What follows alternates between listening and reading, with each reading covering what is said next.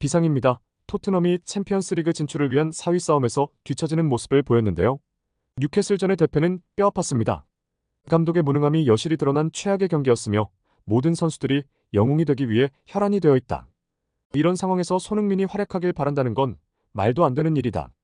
토트넘이 뉴캐슬 원정 경기에서 0대4 대참패를 당한 이후 수많은 영국 매체에서는 범인 찾기에 혈안이 되어 있습니다. 이미 포스테코글루 전술은 상대 감독들에게 읽히고 말았다며 매경기 주구장창 4-2-3-1을 고집하는 포스테코글루 감독의 전술적 역량이 뉴캐슬 감독 에디 하우의 손바닥 위에서 놀아난 경기였다고 비판하는 한편 후반 13분 교체 아웃된 손흥민을 향해 손흥민이 60분을 소화하지 못한 건 이번 경기가 처음이었고 EPL 최고의 피니셔로 불리는 손흥민이 단 한 번의 슈팅을 쏘지 못한 건 이해할 수 없는 부진이었다라며 손흥민을 향해 비판의 목소리가 존재하는 것도 사실입니다. 그러나 일부 전문가들은 토트넘은 손흥민이 부진하면 경기에서 승리하지 못하는 팀인데 일부 선수들이 영웅놀이에 심취해 수많은 기회를 낭비한 탓에 이타적인 플레이를 반복해온 손흥민이 반대로 부진했다는 누명을 쓴 것이라고 주장해 수많은 축구 팬들의 궁금증을 자아내고 있습니다.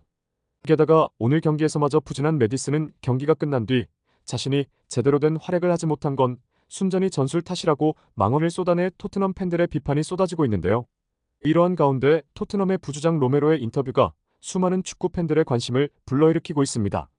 로메로는 경기 후 믹스존 인터뷰에서 토트넘이 0대4로 패배했던 원인은 단순히 전술의 문제가 아니었다라고 최근 손흥민의 계속된 희생에도 플레이에 변화를 주지 않는 일부 선수들이 문제라며 이례적인 비판의 목소리를 가해 축구 팬들의 궁금증을 불러일으키고 있습니다. 이에 관련된 자세한 소식 YT뉴스에서 전해드리겠습니다. 토트넘의 현재 성적은 손흥민의 희생 아래 만들어진 결과이다. 토트넘은 한국 시간으로 13일 뉴캐슬의 세인트 제임스 파크에서 펼쳐진 2023-2024 시즌 프리미어리그 33라운드 뉴캐슬 원정에서 단 한 골도 넣지 못한 채 참패를 당했습니다.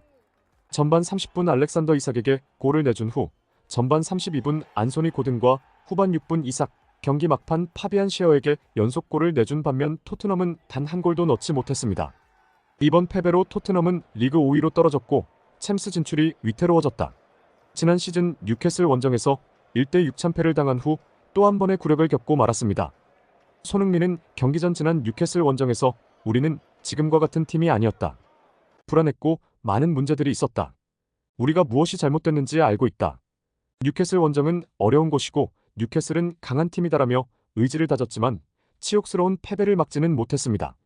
이날 경기에서 토트넘은 무려 13명의 주전이 부상당한 뉴캐슬의 수비진을 적절히 공략하지 못했고 특히 최전방에 있는 손흥민에게 원활한 패스가 공급되지 않자 결국 손흥민이 중원까지 내려와 볼 배급을 돕는 악순환이 이어졌고 메디슨과 비수마 등이 연이어 볼을 헌납해 역습이 이어지는 최악의 경기 운영을 보여줬습니다. 그러나 토트넘에게 기회가 아예 없던 것은 아니었습니다. 전반 30분경 손흥민이 메디슨 상대 골문 앞에서 2대1 패스를 주고받는데 갑자기 자신의 위치를 버리고 슈팅하기 위해 달려나온 메디슨이 손흥민과 호흡이 맞지 않아 허무하게 공격 기회가 날아가 버리고 말았습니다. 이 장면을 지켜본 전문가들은 손흥민이 쉽게 득점할 수 있는 절호의 기회였지만 또 메디슨 동선이 겹쳤다. 메디슨이 조금만 더 침착했더라면 충분히 골을 넣을 수 있었을 것이다. 메디슨은 전반 20분 상대 역습을 저지하기 위해 대놓고 몸을 쓰는 파울을 저질렀지만 그 어떤 옐로 카드도 받지 않았고 후반 60분에 경기가 좀처럼 풀리질 않자 상대 선수를 발로 가격해 수많은 뉴캐슬 홈팬들을 분노하게 만들었는데요. 전반전 태클이 단순 경고로 끝나지 않았으면 분명 퇴장감이었기 때문입니다. 영국 축구 레전드 게리 네빌은 이날 경기 손흥민의 움직임을 집중 조명하며 의미심장한 발언을 했는데요.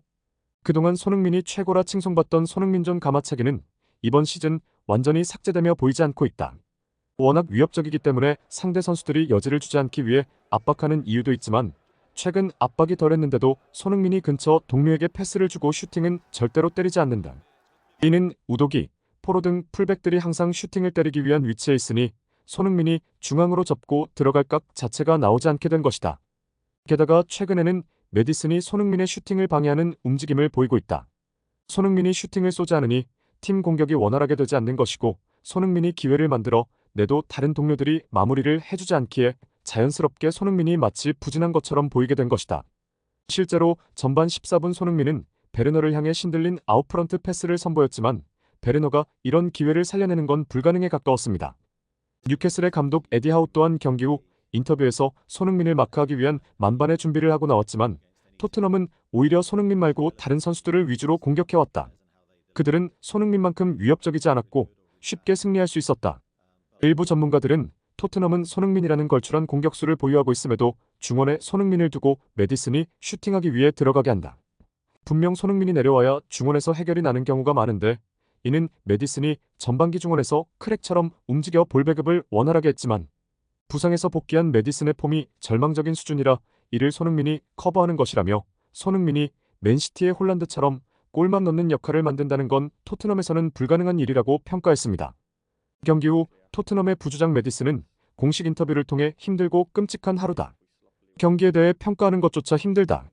뉴캐슬이 어떻게 나올지는 알았지만 우리는 이에 대해 충분히 대처하지 못했다. 계속 쉬운 백패스만 고집하니 상대 압박이 들어온다. 내가 해결할 수 있었지만 그런 기회조차 오지 않았다. 이를 접한 토트넘 현지 팬들은 메디슨이 볼을 질질 끌고 다니니 경기 흐름을 끊어먹기만 한다며 오히려 반성해야 할 건 메디슨 본인이라는 폭언을 쏟아내고 있습니다. 이러한 분위기 속에서 토트넘의 부주장 로메로의 발언이 엄청난 주목을 받고 있는데요.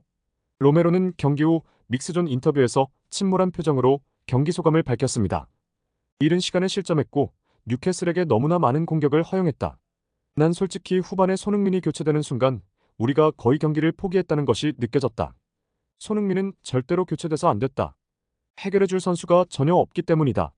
감독님은 우리에게 전술적으로 큰 틀은 제시해주지만 개개인의 동선을 완벽히 잡아주지 않는다.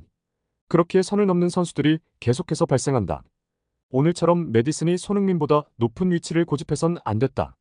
선수에 대한 비판을 하는 건 팀 분위기에 도움이 안 될 걸 알지만 그럼에도 해야 할 말은 해야 한다. 아직 시즌은 진행 중이며 각성하지 않으면 나갈 수 없기 때문이다라며 손흥민보다 메디슨이 더 높은 위치에 있다는 게 이해가 가질 않는다고 말했습니다. 이를 접한 토트넘 현지 팬들도 의미심장한 반응을 보였는데요. 왜 메디슨이 있던 레스터시티가 강등당했는지 알겠다.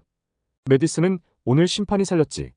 애초에 퇴장당했어야 했는데 메디슨이 손흥민이랑 계속 동선이 겹치는데 이게 의도된 거였어. 메디슨 자신이 팀 내 최고가 안 될 것 같으니 경쟁자인 손흥민을 까내리려고 하는 거지 등등 메디슨을 향한 비판의 목소리가 가속화되고 있는데요. 뉴캐슬과의 승부에서 패배한 토트넘은 이제 곧 아스날과의 경기를 눈앞에 두고 있습니다. 영국 매치 풋볼 런던에서는 손흥민과 토트넘이 모두 북동부에서 끔찍한 하루를 보낸 뒤 다시 정상으로 돌아갈 수 있는 완벽한 경기라고 덧붙였는데요. 부디 손흥민 선수가 어떠한 부상 없이 행복한 미소로 경기할 수 있길 간절히 응원하며 마무리하겠습니다. 구독과 좋아요 부탁드립니다. 댓글창은 항상 열려 있으니 여러분의 소중한 의견 많이 남겨주세요. 끝까지 시청해주셔서 대단히 감사합니다.